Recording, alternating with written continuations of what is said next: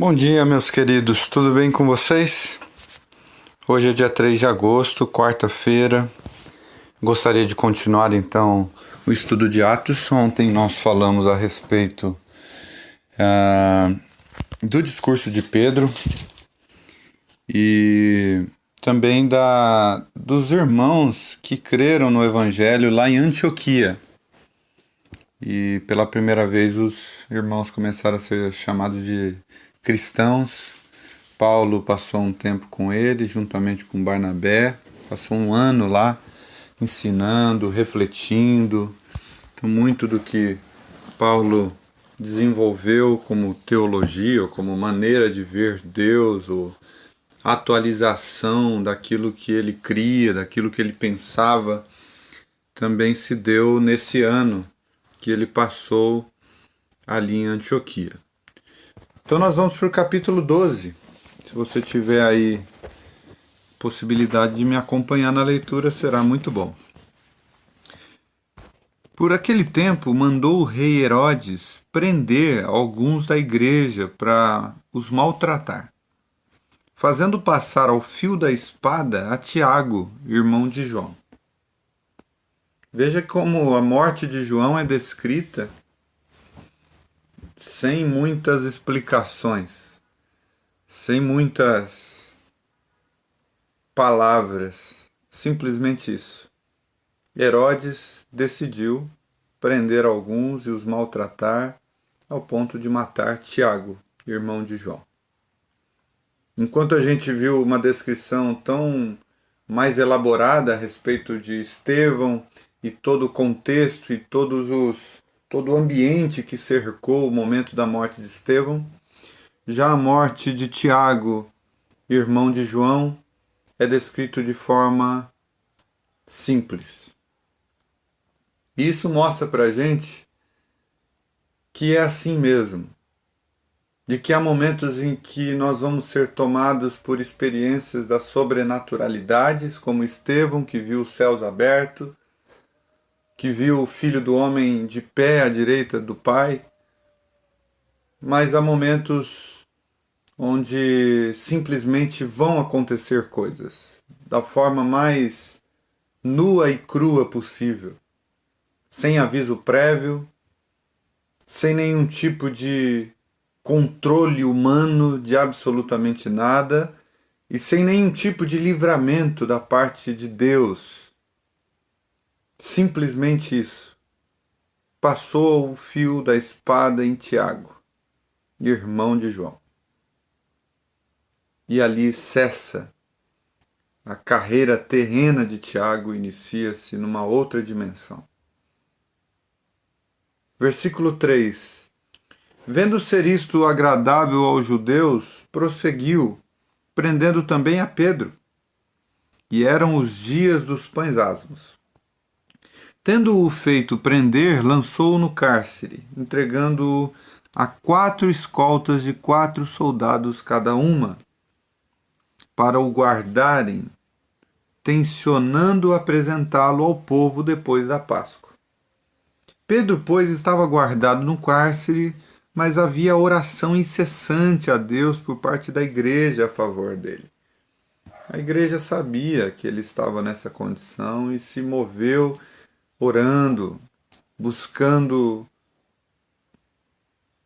que Deus o consolasse, que Deus o livrasse, que Deus o ajudasse, seja lá o futuro de Pedro na prisão o mesmo que tomou Tiago desta vida, ou que fosse alguma coisa da sobrenaturalidade que resgatasse Pedro.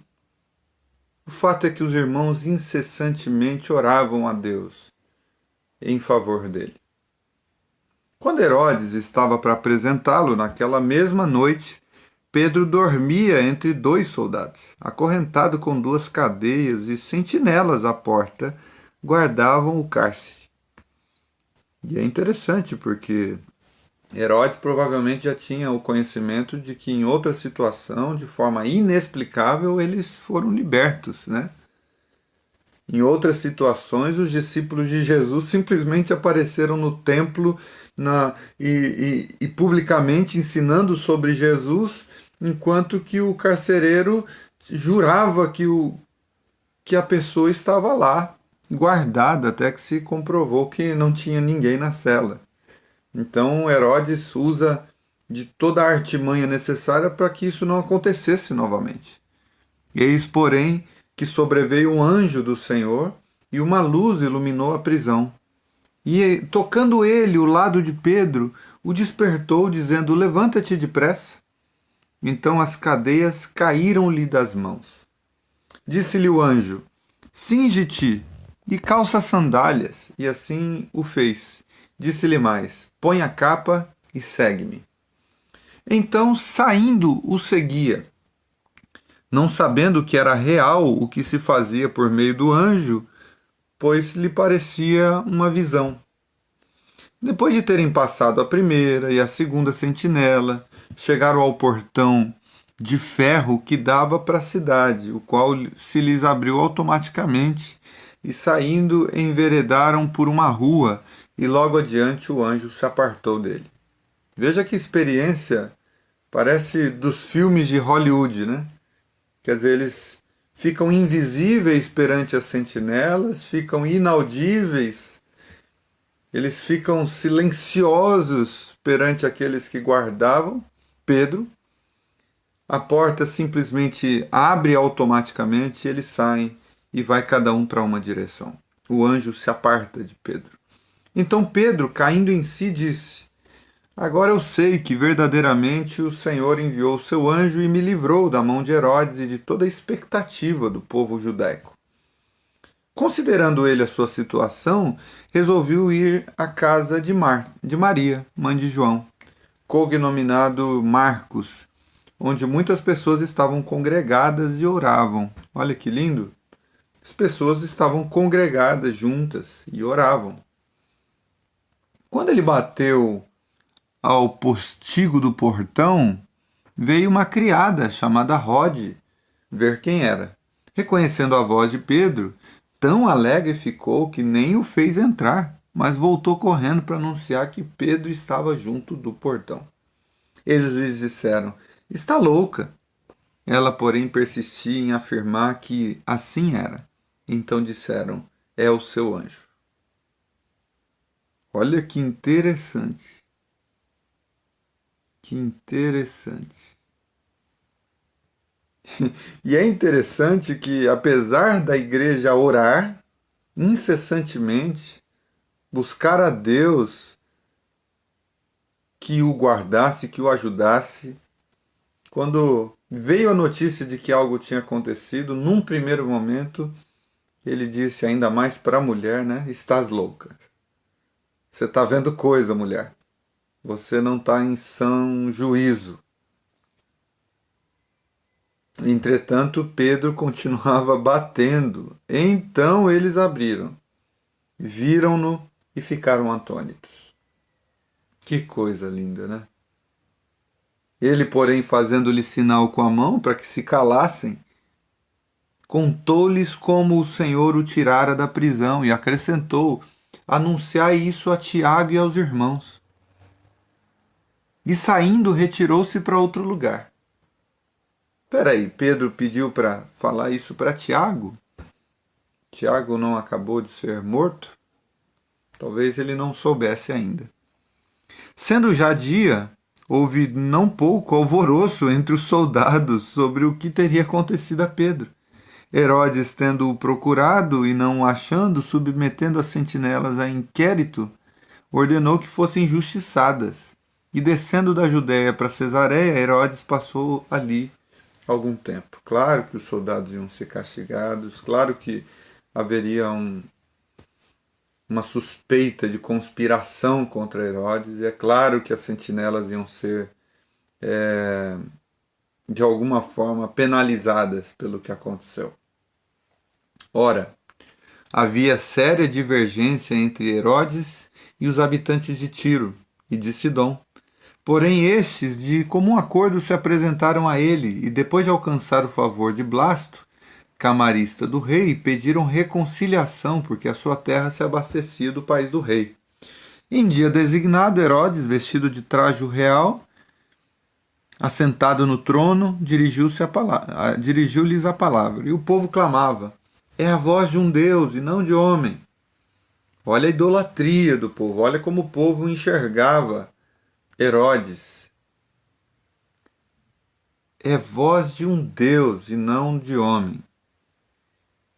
No mesmo instante, um anjo do Senhor o feriu, por ele não haver dado glória a Deus, e comido de vermes, expirou. Entretanto, a palavra do Senhor crescia e se multiplicava. Barnabé e Saulo, cumprida a sua missão, voltaram de Jerusalém, levando também consigo a João, apelidado Marcos. Bom, essa situação da morte de Herodes é uma situação muito interessante, não é? Herodes era um cara perverso, bastante movido pelas massas, bastante medroso quanto à ameaça que esses novos homens que estavam se levantando no meio deles poderia causar estrago no seu reinado, na sua política. E as pessoas viam Herodes, assim como todos os governantes romanos, como um deus. É óbvio que não era a primeira vez que isso tinha acontecido, do povo dizer: é voz de um deus e não de homem, mas o fato é que o anjo o feriu, segundo a explicação de Lucas e a interpretação da situação em si. A coisa foi tão estonteante, foi tão profundamente perturbadora ver um homem comido de vermes, morrendo subitamente comido de vermes, que a interpretação que chegaram é que ele deveria ter dado glória a Deus e não recebido a glória que estavam lhe dando, não é? Para si mesmo. E eu quero encerrar então essa leitura de Atos dizendo que nós temos que estar preparados, meus irmãos, para tudo na existência. Nós temos que estar preparados para morrermos da forma mais cruel possível. Nós temos que estar dispostos a sofrer, a termos dificuldades sem igual. Temos que estar dispostos a sermos odiados. Temos que estar dispostos a enfrentarmos as perseguições. Temos que estar dispostos a lidar com o cárcere, com a prisão, todos os dias. E precisa reinar em nosso coração o mesmo sentimento, o mesmo espírito que havia nesses homens, que não cessavam de amar a Deus, de cuidar do próximo, mesmo enfrentando dificuldades terríveis. Um ali é morto ao fio da espada, o outro é apedrejado ferozmente por uma multidão que o arrasta para fora da cidade e o mata. Outro é perseguido de tal maneira que tem que sair da cidade de madrugada por um cesto numa brecha de um muro. Outros precisam se espalhar por todo canto, precisam ir para as catacumbas, precisam ir para os cemitérios, precisam ir para as cavernas, porque há muitos tentando matá-los para impedir que a mensagem se expanda, se espalhe. Outros são crucificados de cabeça para baixo. Outros enfrentam todo tipo de dificuldade, são jogados aos leões nos coliseus romanos. e nós temos que estar dispostos a tudo, inclusive a não termos registros das nossas memórias. Nós temos que estar dispostos, inclusive, a morrer, não sendo feito nenhuma menção espetacular a nosso respeito, como foi o caso de Tiago. Simplesmente foi morto ao fio da espada. Ao mesmo tempo que temos que estar dispostos a experimentar coisas incríveis da parte de Deus. Porque Deus é poderoso, amoroso. Deus também manifesta os seus milagres em situações onde reina o caos, a doença, a chaga, a angústia, a desesperança, a desistência. Quando parece que o fim está próximo. Ainda não é o fim. Ainda pode ser um ambiente propício para a manifestação da sobrenaturalidade de um milagre, que cura poderosamente, que arranca da prisão através de um anjo, que nos dá uma ideia, um insight, um pensamento que vai fazer o rumo da nossa vida mudar drasticamente. Temos que estar dispostos a enfrentar tudo. Quando doer, não negue a dor. Não negue que está difícil. Seja sincero, seja verdadeiro. Mas lembre-se, essa dor não é o seu fim. E essa situação não determina o todo da sua história.